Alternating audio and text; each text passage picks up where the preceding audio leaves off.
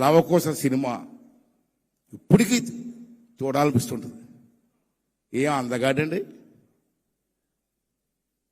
ఎంత అందగాడండి. లవకోస సినిమాలో ఎన్టీ రామారావు గారు అలా నుంచుంటే పైనుంచి నిజంగా రాముడు దిగొచ్చేడా అనిపిస్తుంది మనకి. ఎలాంటి సినిమా అండి. అటువంటి సినిమాలో నటించి ప్రపంచవ్యాప్తంగా మన్నలు పొందినటువంటి వ్యక్తి నందమూరి తారక రామారావు గురించి ఇవాళ నేను స్టేజ్ మీద మాట్లాడుతుంటే ఆ కళ్ళ నీరు వస్తుంది నాకు. అటువంటి మహానుభావుడు గురించి మాట్లాడుతూ ఉంటే అందరికీ అదృష్టం వస్తుందండి. మరి నాకు ఎందుకో ఈరోజు అవకాశం ఇచ్చారు, చాలా సంతోషం అండి. అంచేత మీ అందరినీ కోరేది ఏంటంటే, రెండోది, మీరు సినిమాలు రాజకీయాలు చూశారు. మీరు అతను నటుడుగా ఉన్నప్పుడు మీకు దగ్గరలోనే దివిసీమ ఉప్పెన వచ్చింది. మీకు గుర్తుందండి ఎవరికన్నా? 1977లో దివిసీమ ఉప్పిన పెద్ద ఉప్పున వచ్చింది. కొన్ని గ్రామాలు కొట్టుకుపోయాయి, కొన్ని వందల మంది చచ్చిపోయారు. ఆ రోజున మేము చిన్నవాళ్ళు బాగా చదువుకు 5th క్లాస్లో 6th క్లాస్ అనుకుంటా, 77. ఆ రోజు నేనున్నాను, నన్ను ఇంత వాణి చేసిన తెలుగు ప్రజల కోసం నేనున్నానని చెప్పి ఆ టైంలో జోలి పట్టుకొని నా రామారావు గారు, నాగేశ్వరరావు గారును ప్రతి ఊరు తిరిగి జోలి పట్టుకొని డబ్బులు తండి ఆ దివిసీమలో సహాయం చేసినటువంటి సామాజిక సేవ చేసినటువంటి వ్యక్తి అండి. నిర్మాతే కాదు, నటుడే కాదు, ఇవాళ సామాజిక సేవ చేసిన వ్యక్తుల్లో ఎన్టీ రామారావు గారి ప్రథములని చెప్పి మీరు అందరూ కూడా గమనించాలా. ఎందుకు చెప్తానంటే ఈ మాట, మీకు ఏదో డబ్బా కొట్టినట్టు ఉంటుంది. మీకోసం చెప్పట్లే, ఇక్కడ కూర్చున్న వాళ్ళ కోసం. మీరు అంత అభిమానులు నాకు తెలుసు. ఇప్పుడు రాబోయే తరం వారి కోసం చెప్తున్నాను నేను. ఈ తరం వారికి తెలిసంటే రామారావు గారి గురించి, మహానుభావుడు గురించి తెలియదు. అందుచేత ఇటువంటి సమస్య కార్యక్రమాలు చెప్తూ ఉంటే మహానుభావుడు అటువంటి వ్యక్తి అని కనీసం ఈ తరం వారికి రామారావు గారి గురించి చెప్పవలసిన బాధ్యత అభిమానులుగా మనందరి మీద ఉందని చెప్పి మనం చేస్తున్నాను. అంతేకాదు, ఎవరికి గుర్తుందో లేదో, 2009లో భారీ తుఫాను వచ్చింది. దానివల్ల నష్టపోయినటువంటి రాయలసీమ, ఇప్పుడు కాదు 2009లో రాయలసీమలో పెద్ద తుఫాను వచ్చి, వరదలు వచ్చి చాలా నష్టం జరిగింది. పెద్దలు చెప్తూ ఉంటారు. నేను అసెంబ్లీలో 83 అసెంబ్లీలో విన్నాను కొంతమంది మాట్లాడుతూ ఉంటే.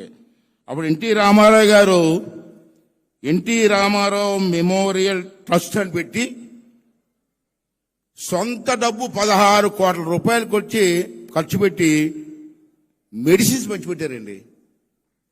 ఇప్పుడు కాదు,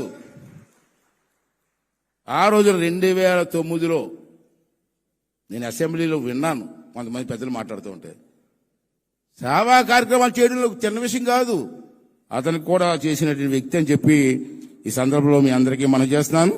అలాగే నందమూరి తారక రామారావు గారి సినిమాల ద్వారా చాలా మంది చైతన్యపరిచారండి. దాంట్లో 2 విషయాలు చెప్తాను. పుణ్యభూమి నా దేశం అని పాఠం చూసారా? దానికి ఎంతమంది ఎన్టీ రామారావు గారిని ఫ్యాన్స్ అయ్యారో మీకు తెలుసా? కొన్ని వేల మంది అయ్యారు. అలాగే వరకట్నం లాంటి సినిమాలు తీసి ఎన్నో కుటుంబాలకి ఆ ఇబ్బంది లేకుండా చేశారు. ఆడవారంటే, మహిళలు అంటే రామారావు గారు చాలా అభిమానం అండి. నిజంగా 83 నుంచి నేను అతనితో ఉన్నాను. అంటే నియర్లీ 40 years ఎంతో నేను అతనితో ప్రయాణం చేశా. మహిళలు అంటే చాలా అభిమానం.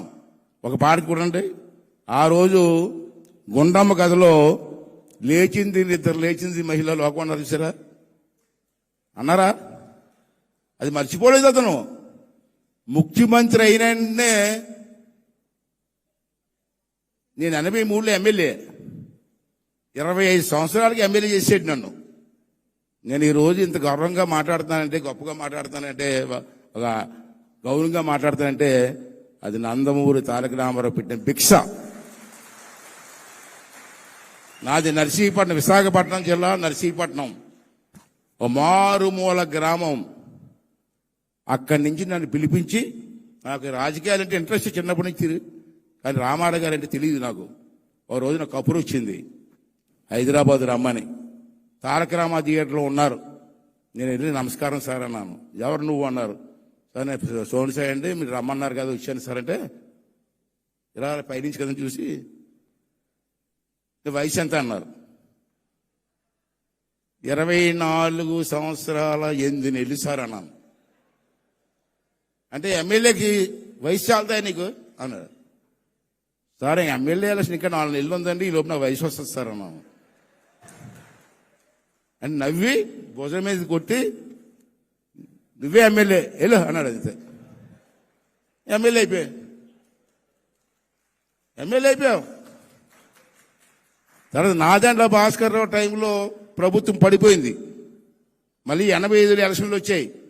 మళ్ళీ నాకు టికెట్ ఇచ్చారు. గెలిచా, రెండోసారి గెలిచా.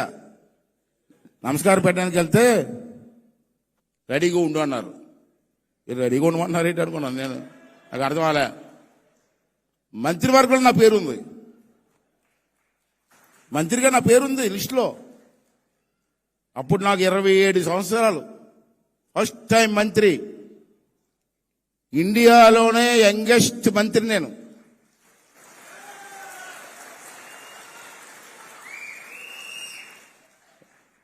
ఒక పనికిమాలిన పల్లెటూరులో ఎక్కడో పుట్టినోని తీసుకొచ్చి ఇండియాలో నెంబర్ 1గా నిలబెట్టిన వ్యక్తి ఆ మహానుభావుడు కాదండి. నాలో ఏ గొప్పతనం ఇచ్చాడండి. 85లో ఎమ్మెల్యే ఇచ్చాడు. ఆంధ్రాలో, ఉమ్మడి ఆంధ్రాలో అతి చిన్న వయసు ఎమ్మెల్యే నేనే. మళ్ళీ మంత్రి ఇచ్చాడు. అతి చిన్న మంత్రి భారతదేశంలో నేనే. అంత గౌరవం ఇచ్చినటువంటి వ్యక్తిని నాకు ఏం చూసి ఇచ్చారండి. ఒక వెనకబడిన ప్రాంతం నుంచి వచ్చాడు, చదువుకున్న కురవాడు, ఇన్ని రాజకీయాల్లో తీసుకుని ఇచ్చారు. అతని ఆశీర్వాదంతో 4 సార్లు మంత్రి చేశాను, 6 సార్లు ఎమ్మెల్యే చేశాను, ఒకసారి ఎంపీ చేశాను. ఇప్పుడు ఆఖరుగా సభాపతిగా మీ ముందుకు వచ్చాను. అటువంటి మహానీయుడు అండి. ఎంతో మందికి అవకాశం ఇచ్చినటువంటి వ్యక్తి. మీరు చూశారు, ఇంత మహిళలు అంటే బాగా ఇష్టం చెప్పానమ్మా, మర్చిపోలేదమ్మా. ఫస్ట్ క్యాబినెట్ మీటింగ్లో నేనున్నాను. క్యాబినెట్ మీటింగ్లో ఆడవాళ్ళకి ఆస్తులు హక్కు ఇవ్వాలన్నాడండి. చాలా మంది మగవాళ్ళు బొర్రలు పేరు అలాగా కోపంగా, తండ్రి ఆస్తులు ఆడపిల్లకి ఎందుకు హక్కు ఇవ్వకూడదు అడిగాడు. చాలా మంది వ్యతిరేకించారు ఆ రోజు. నేను మీరెవరు వ్యతిరేకించారు? నేను చెప్తున్నాను ముఖ్యమంత్రిగా, మగవాడికి ఎంత హక్కు ఉందో ఆడపిల్లకి ఎంత హక్కు ఉంది తండ్రి ఆస్తిలో ఇచ్చి తీరాలని చెప్పినట్టు మహానుభావుడు అమ్మా ఎన్టీ రామారావు గారు. అంతేకాదు, ఆడవాళ్ళు చదువుకోవాలని చెప్పి తిరుపతిలో పద్మావతి మహిళా యూనివర్సిటీ పెట్టి ఆడవాళ్ళకి సీట్ ఇచ్చిన వ్యక్తి నందమూరి తారక రామారావు అమ్మా. అంతేకాదు, మరో ముఖ్యమైన ఘట్టం, రాజకీయాల్లో ఆడవాళ్ళు ఎందుకు రాకూడదు అడిగాడు. చేయలేరు సార్ అన్నాం మేము.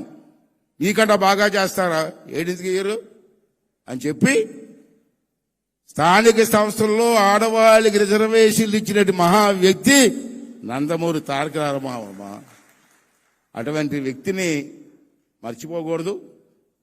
రాబోయే తరం వారికి అతని గురించి తీసుకువెళ్ళాలి. పెద్ద బాగా చెప్తారు, నాకంటే బాగా చెప్తారు అందరూ. ఇంకో విషయం ఏంటంటే, ఈ అభిమాన సంఘం వాళ్ళు చిన్న విషయం. లాస్ట్ టైం వచ్చాను ఇదే స్టేజ్ మీద, ఇంకో స్టేజ్ మీదకి వచ్చాను లాస్ట్ టైము. వీళ్ళు మాత్రం ఎవరు మర్చిపోకూడదండి. 55 సంవత్సరాలు పోయింది ఈ అసోసియేషన్ పెట్టి. 55 సంవత్సరాల నుంచి ఎన్నో ఒడిదుడుకులు ఉన్నా, కొంతమంది చనిపోయారు. ఇప్పుడే చనిపోయినా ఎక్కడా వదలకుండా రామారావు గారు భక్తులుగా ఇంకా కొనసాగుతూ రేపటి తరానికి అందించడం కోసం ప్రయత్నిస్తారు. అంటే రేపటి తరం వారు కూడా ముందుకొచ్చి రామారావు గారిని మనం బ్రతికున్నంత కాలం ఇలా గౌరవించుకు తీసుకెళ్తూ రాబోయే తరం వారికి అందించాలని చెప్పి ప్రతి ఒక్కరిని మనస్ఫూర్తి కోరుకుంటూ, నాకు ఈ అవకాశం ఇచ్చినటువంటి పెద్దలందరికీ కూడా మరొకసారి నా ధన్యవాదాలు తెలుపుకుంటూ సెలవు తీసుకున్నానండి.